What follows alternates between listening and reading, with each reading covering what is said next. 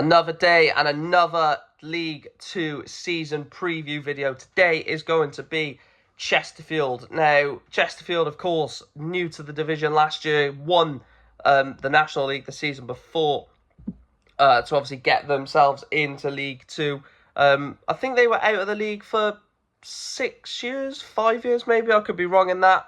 And what a first season back at the level. What a first season back at the level. We're going to talk about last season first, as always.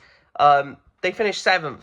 They finished 7th in the league, got the playoffs in the last few weeks of the season, and got beat by Walsall in the semi-finals.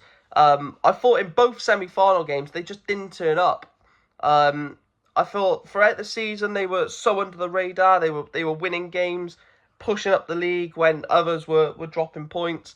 They get into the playoffs. And then they just don't perform when they got there. It was really, really strange to see. But they did lose to the eventual runners-up, of course, Walsall, in the playoffs. In terms of the FA Cup, they got to the second round, losing to Exeter City. First round of the Carabao Cup, losing to Derby.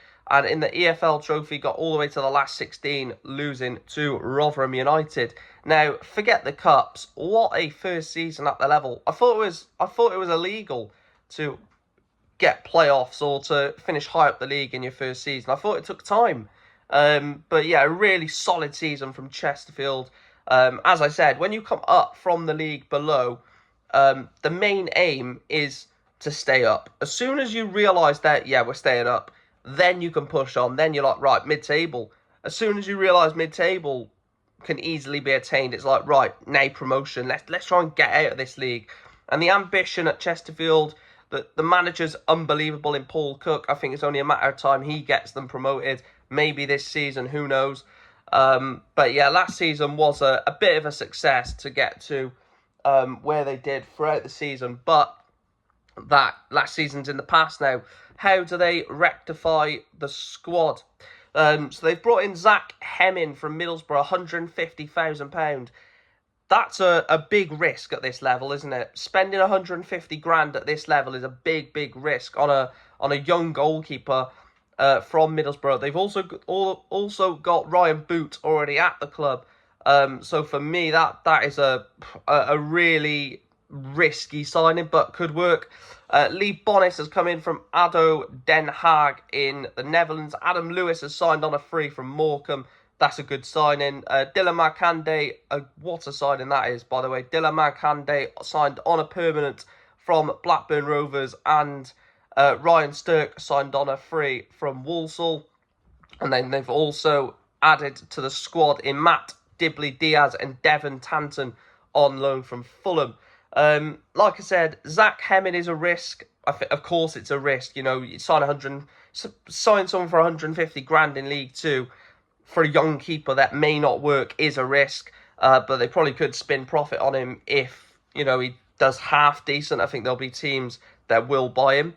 Lee Bonnis, again, I'm not too sure I've ever heard of. And then Adam Lewis, Dylan Markande, and Ryan Stirk are three impressive signings for me. I think Adam Lewis has been an effective Football League player for us, Newport obviously, Morecambe and Plymouth Argyle, I believe, as well. So that's a solid one. Dylan Markande comes in with experience and quality, and so does Ryan Stirk. In terms of the outs then, Ollie Banks and Ash Palmer's contract run out. They've both moved on to York City. Kane Drummond has gone to Oldham. Michael Jacobs, Northampton Town. Darren Oldacre, Swindon. Ali Muhuddin and Mike Jones yet to find a club. Those outs are worrying. Ollie Banks is a worry. That's a big loss, Ollie Banks. Michael Jacobs is a big loss down that left-hand side. Darren Oldacre is another big loss for Chesterfield. So obviously Michael Jacobs has gone. They've brought in Dylan Markande to probably play around that side. Ollie Banks has gone. Sort of Markande, Stirk have come in. They've lost big players. Michael Jacobs and Ollie Banks are two big players for Chesterfield that have left. But signings they've brought in, I mean, Lee Bonnis could turn out to be an absolute gem, couldn't he? So we don't know what that's going to be. But Adam Lewis, Ryan Sturck, Dylan Markande are three really solid signings. Couple that with 3 or 4 more solid signings, and 2 exciting young players on loan from Fulham. It is a bit of a decent window so far. Of course, time will tell. You know, they might lose someone big. Armando Dobra might leave or something like that, where you just crash all of the summer plans and it all just goes to pot.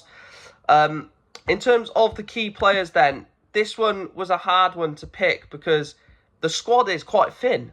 The squad is quite thin. And obviously they need to bulk out the numbers to bulk out the squad because their squad depth is very small, Chesterfield. But I've picked out Che Dunkley as the first player. 34 years of age, centre-back. Very dominant in the air, very good on the ball as well, considering, you know, his height and lack of pace.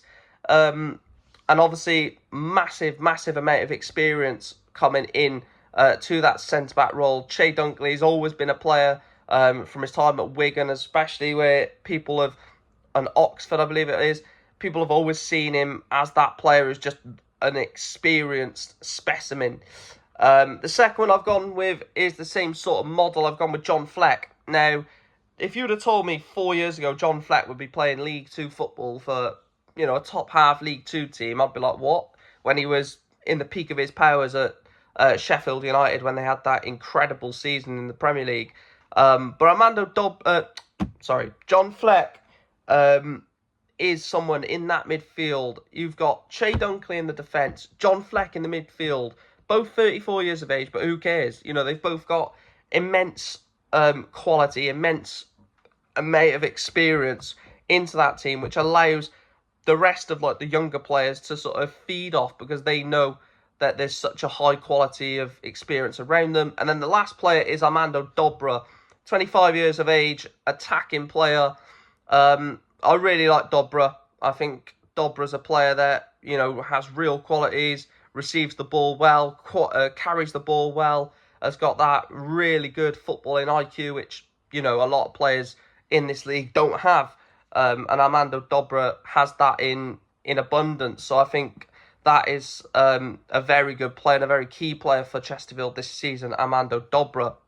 Rough prediction, playoffs. I think they could do it again.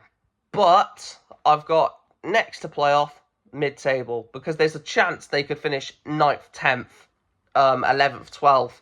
But I think between mid-table and playoffs, I personally don't believe Chesterfield will finish any lower than 11th, 12th, in my opinion. But yeah, that's just my opinion, of course. I just look at the players they have in the squad. I know they will bring in more. That's just a given. So I'll be interested to see what happens at Chesterfield. And obviously, Paul Cook is a massive factor to why I think they might, you know, push up the league. Anyway, that's where we're going to wrap up this video. Please make sure to hit that subscribe button. Make sure to subscribe to the channel, like the video. As always, I do appreciate everyone for liking and subscribing all the time, and get your comments in. The next video will be tomorrow. It'll be Crawley Town, looking at Crawley Town's return to League 2. Smash a like on the video, subscribe if you're new, and I'll speak to you in a bit. Thanks for watching.